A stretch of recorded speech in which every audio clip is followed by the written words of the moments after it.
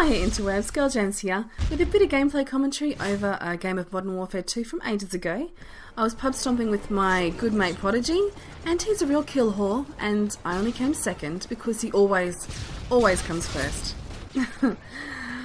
The jacarandas are flowering in my yard at the moment, and that used to mean that it was exam time and assessment time for me. And that got me thinking about all you guys in high school and at college and university who are cramming at the moment.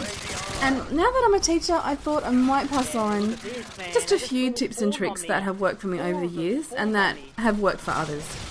So, basically, you need to know yourself first. You need to know what sort of a learner you are.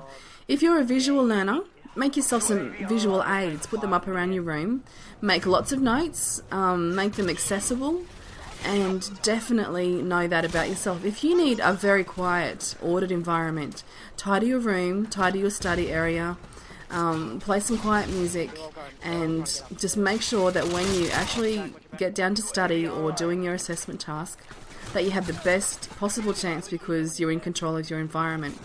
That may mean keeping people you live with and your family up to date with what you need. Don't be shy about asking for an hour or two of not being disturbed.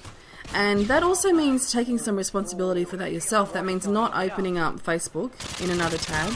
It means putting your phone off, not on silent. Just take yourself away from all the social drama so you can get your head into what you need to. Now, I like a bit of noise when I study. I used to put a movie on in the background and use that to time how long I'm going to study for. I wouldn't watch it, but the noise would help. But have some way of knowing when you've had enough. Make a calendar, know when things are due. This is in the ideal situation that you can be organised.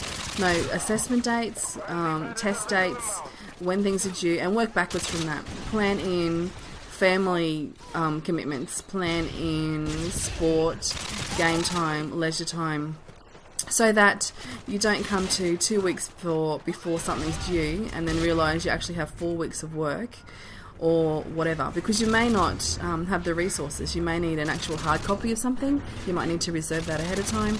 There's all these variables that can come up and bite you in the ass if you're not a little bit prepared. Now, that's the ideal situation. The unideal situation, orinideal, whatever the word is, could be that you turn up thinking it's just a regular day and it's a test day. This has happened to me. At uni, I went to a child psych class. My uni's 2 hours away from where I was. Drove the 2 hours, got there a little bit late, walked into an exam. Absolutely nearly shit myself. But I passed it somehow. I was lucky it wasn't maths or something technical. But if you can, get some notepaper. There's usually some on hand. Make a lot of scribbly notes. What do you remember? What's relevant? What's not? Go through the questions carefully. There may be clues. Don't offer more information than they need. Focus on what you can put down. Part marks might get you through at the end of the day. So attempt everything. Stay calm and just try every little single thing. It can help in the end. Before you get to your exam, let's pretend you know it's coming, you're ready. Be there early. Take the notes that you made, not your textbook. Have your phone off before you get there. Don't sit there and text, wondering where people are, stressing about who you're going to sit next to.